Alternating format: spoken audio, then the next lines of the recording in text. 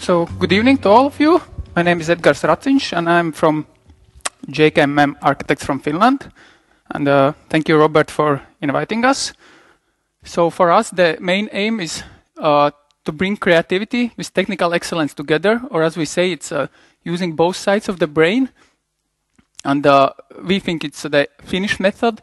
And one of maybe good examples of our work is the Finland's pavilion for the Shanghai World Expo 2010.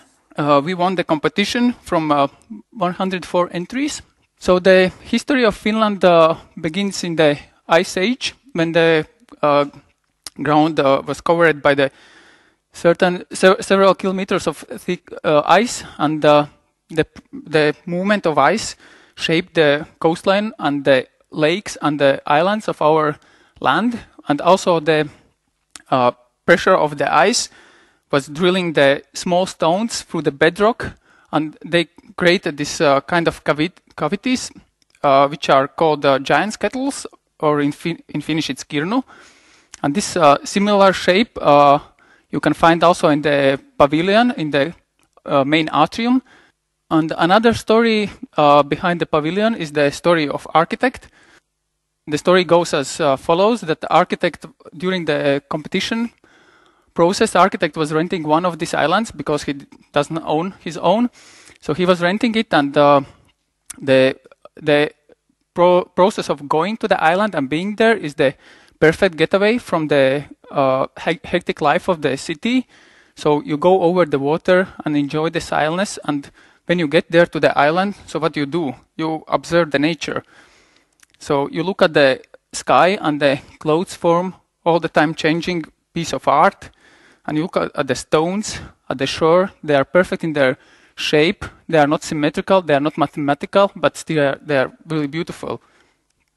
The reflection of the water reflects the light, and when you look closer to the skin of the fish, it's ingenious and unique and beautiful at the same time.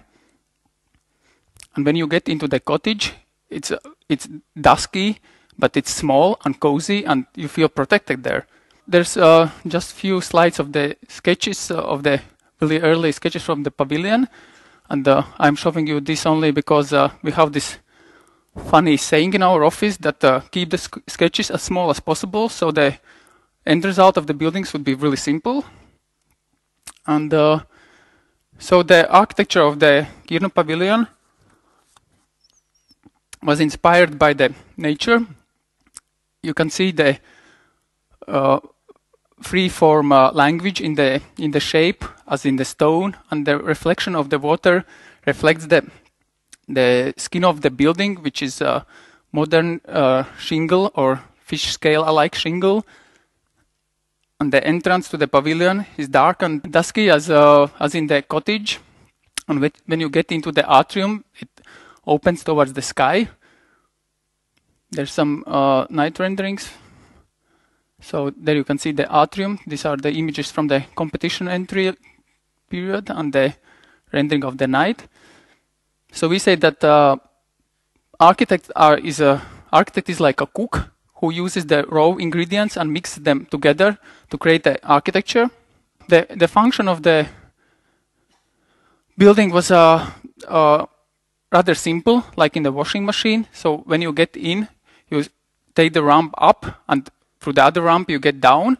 So it's easy to move a lot of or big crowds of the people through the pavilion. And basically in the first floor we have all the main functions that you need to access, like restrooms and shop, and also restaurant, which you can visit after visiting the exhibition. So the section of the pavilion, so you can see the shape and how the functions are distributed in the levels. Some images of the elevations for the competition entry. So from the VIP entry, and some close-up of the skin of the building. Kirnu building was developed and designed completely in the 3D, using 3D technologies. And because the shape was so unique that you couldn't control it in any other way, so there's some quite simplified model of the pavilion, so you can see how the things are working together, how the structure is working, and then where the levels are placed, the exhibition floors, and how the skin of the atrium is taking the shape there. And some renderings from the interior, the shop, and the gently sloping ramp to the exhibition floor. This is the VIP entrance, and another story behind the fishes. It was that because the building was supposed to be quite industrial in the look and also easy and simple to build to save the money, but then we had this epoxy floor which was quite shiny, and our interior architect told us the story that when she was skating in the winter with her friend, and the ice was really clean and there was no snow, so she could really see the fishes under her legs.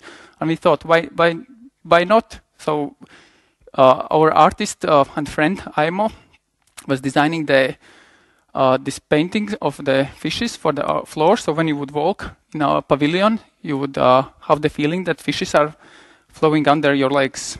So the 3D structure was designed and followed by the Finnish company Tekla in cooperation with Chinese team. And so there's the screenshots of the 3D model.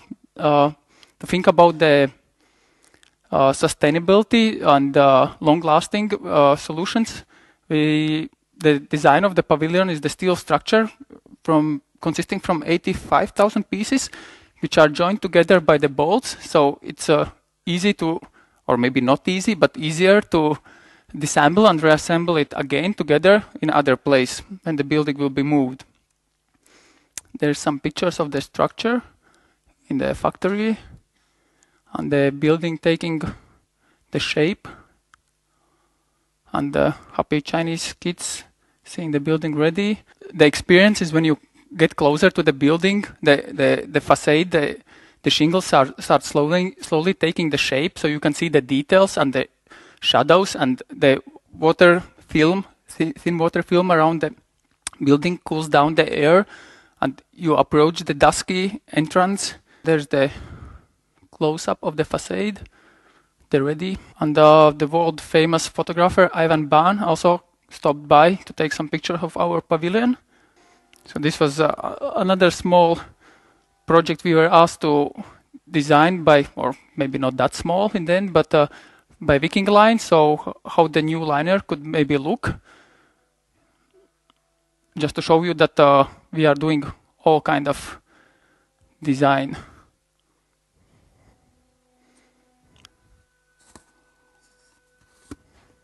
Okay, that's it. Thank you.